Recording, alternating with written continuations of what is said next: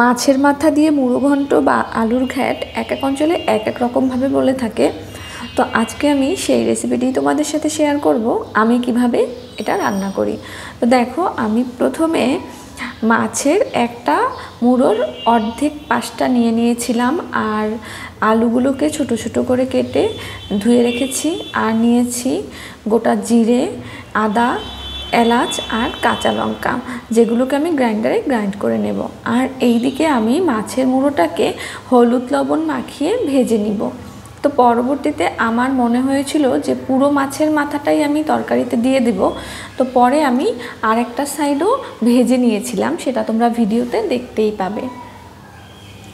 ও হ্যাঁ, নমস্কার সবাইকে, সিম্পল লাইফের নতুন ভিডিওতে সবাইকে স্বাগতম। আশা করছি সম্পূর্ণ ভিডিওটি দেখবে, আমার সাথেই থাকবে।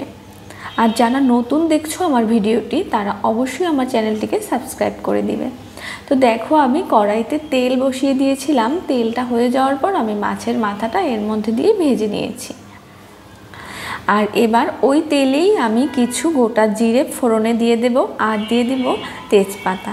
তো এবার আমি আলুটা দিয়ে দেব, আলুটাকে ভালোভাবে ভেজে নিব। একটু লবণ দিয়ে দিলাম।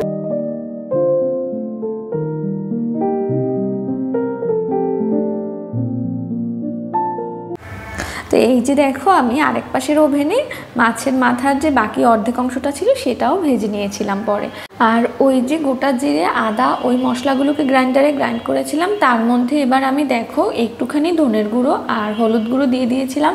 আমি কোনো শুকনো লঙ্কার গুঁড়ো বা কাশ্মীরি লঙ্কার গুঁড়ো কোনোটাই ইউজ করব না। আর আমি সাধারণত সব রান্নায় শুধু কাঁচামরিচেই খেয়ে থাকি। আর এখানে দেখো, আমার আলুটা তো ভালোভাবে ভাজা হয়ে গিয়েছিল, তাই আমি এর মধ্যে এবারে ওই মশলাগুলোকে দিয়ে দেব। মশলাগুলো দিয়ে দেওয়ার পরে আমি ভালোভাবে আলুর সাথে মশলাটাকে কষিয়ে নেব।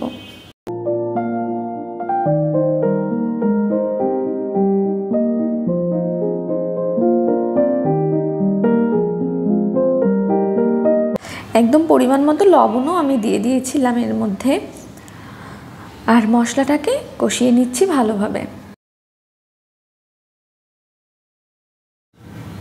এবারে দেখো, আমি এর মধ্যে জল দিয়ে দিচ্ছি।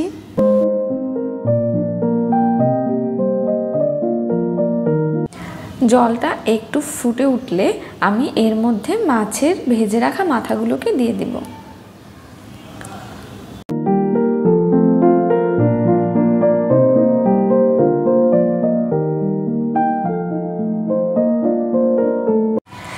এবারে দেখো, আমি অপর পাশের চুলায় কিছুটা নারকেল ভেজে নিচ্ছি। এই নারকেল ভাজাটা তরকারির মধ্যে দিলে তরকারির ঘ্রাণ এবং স্বাদ দুটোই অনেক বাড়ে।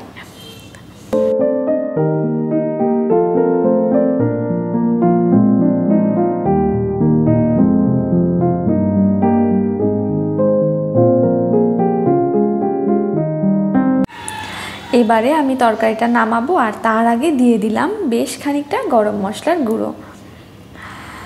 তো তোমাদের সাথে কথা বলতে বলতে আমার আলুর তরকারি কিন্তু একদম হয়ে গিয়েছে।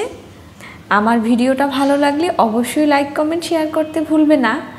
আর অনুরোধ একটাই, যারা নতুন দেখছো আমার ভিডিও, তারা অবশ্যই আমার চ্যানেলটিকে সাবস্ক্রাইব করে আমার পাশে থাকবে।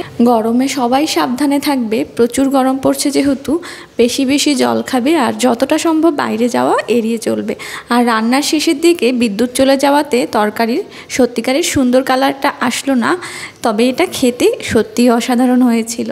সবাই ভালো থাকবে, দেখা হবে অন্য ভিডিওতে। টাটা।